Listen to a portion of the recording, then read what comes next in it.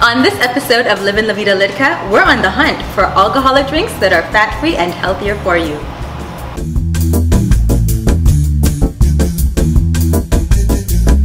So I'm standing here with Q, the mastermind bartender here at the Bistro. So Q, an alcoholic beverage that is low in calories, low in sugar, low in salt, and made with naturally, locally sourced ingredients. How's that even possible? It's possible by using good, high quality alcohol. Today we're going to be using Stoli gluten-free for our first cocktail. Oh. To keep the sugar down, we're using as much natural sugar as possible and as much locally sourced fruit as possible. The first drink does have some sugar in it, but it's unrefined sugar.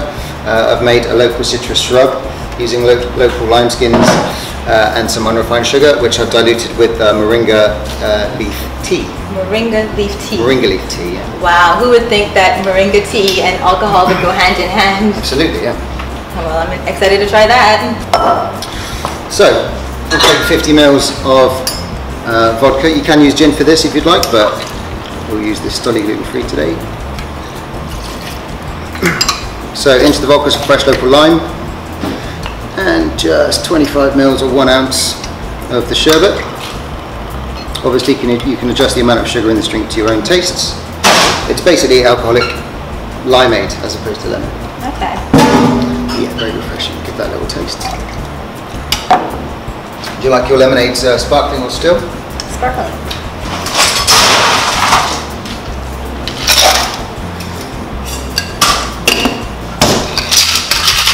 Give it a quick shake.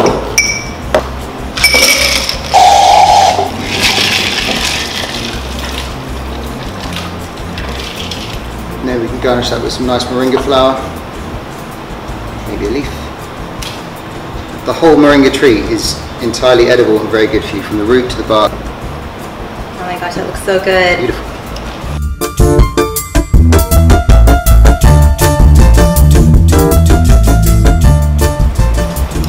Oh my gosh, this is so refreshing. Yeah, this is really, it's a different tarty taste on lemonade, but oh my gosh, this is really, really nice.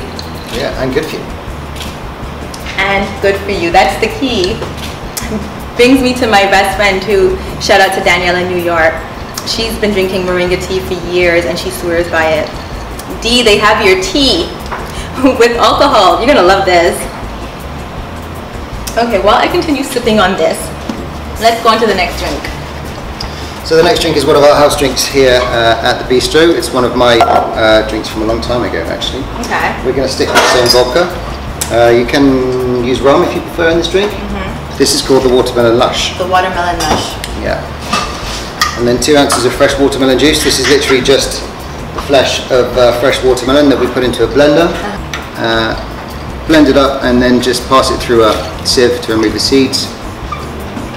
If you have got a juicer, you can use a juicer, but it's just easier to do it in large quantities in a blender. So this is definitely one you can make at home. Yeah, you just have to make these two ingredients. And this is a mixture of local fresh mango juice. So that's 1 ounce of this. Nice. And then it's basically a half and half mixture of fresh mango juice and a passion fruit shrub. Oh, okay. So to make the shrub, you take 4 to 6 passion fruits depending on their size, and then cover that with a pound of unrefined sugar, and then leave that for a day, and then dilute that with some water, just plain water, 1 to 1, and then add a touch of vinegar for preservation. Could you use a little less sugar depending on how sweet? You could use a lot less sugar, yeah. Okay. It depends, obviously making that depends on how sweet the mangoes are as well. Right. Sometimes you don't need any sugar as well. True.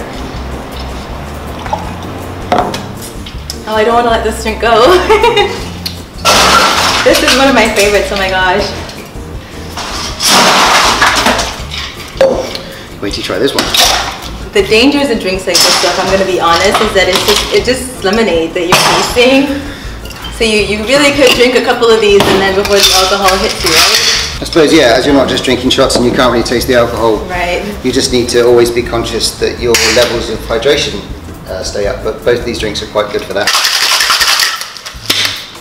And another key that I find when drinking alcohol is to space out my drinks with water, so that usually helps as well. Absolutely. Keep up your water levels. Yeah. So avoid hangovers, avoid badly produced cheap alcohol, sugar, bad sugar, and yeah, keep your levels of vitamin C and hydration. And if you're lucky enough to have access to fresh coconut water, then just drink that. It's magical stuff. I love the color. That looks like the perfect summertime drink to me. Like you're hanging out with the pool or a barbecue. Almost looks too pretty to drink.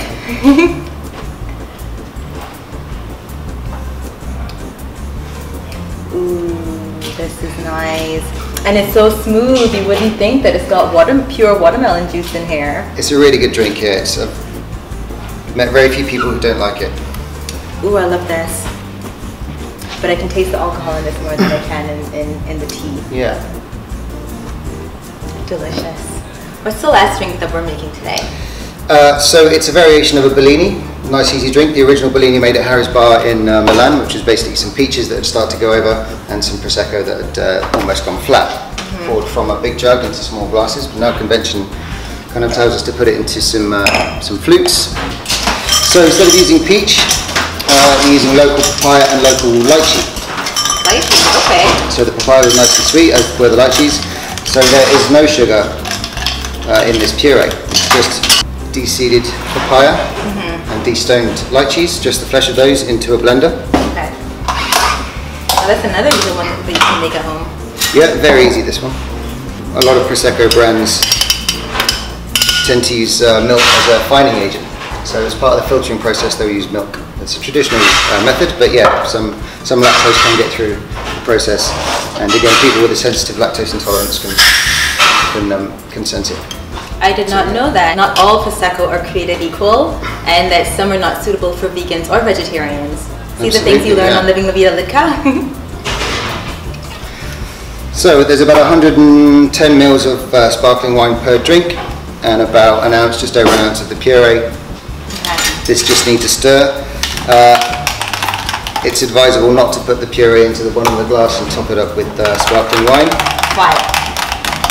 Because it tends to just explode. Oh! Yeah. So you want to give it a little stir in here and maybe throw it once, so from can to can, just to make sure it's nicely blended. If you are going to make cocktails at home, I would recommend just buying basic equipment. You need a shaker and a tin and a good spoon. That's the place to start, and a couple of strainers.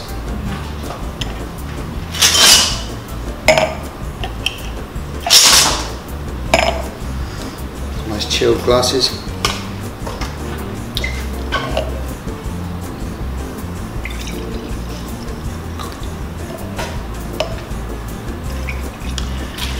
And I don't think this drink needs a garnish. If you wanted to, you could garnish it with a slice of papaya or lychee, or.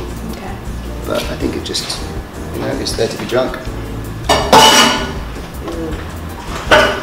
So far, I have to be honest, my favorite is the moringa tea, but I really do love the watermelon, so let me see how good this one is. Sure.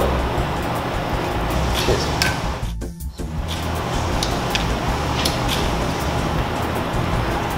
I'm at loss for words. Yeah, it's nice. So you get the fruit flavours, but it's a nice dry, sharp drink. It is. But there is some sweetness to it.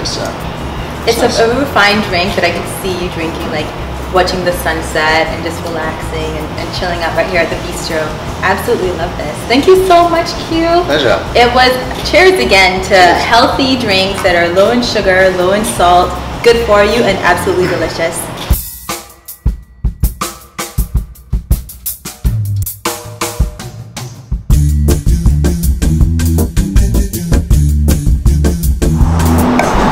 As always, if you are going to drink, drink responsibly and never drink and drive. Thank you so much for watching. Take care and I'll see you soon. Ciao. For more information on the bistro, their charming venue, eclectic French cuisine, and authentic drinks, visit them in the Caribbean Plaza on West Bay Road or check out their website at thebistro.ky.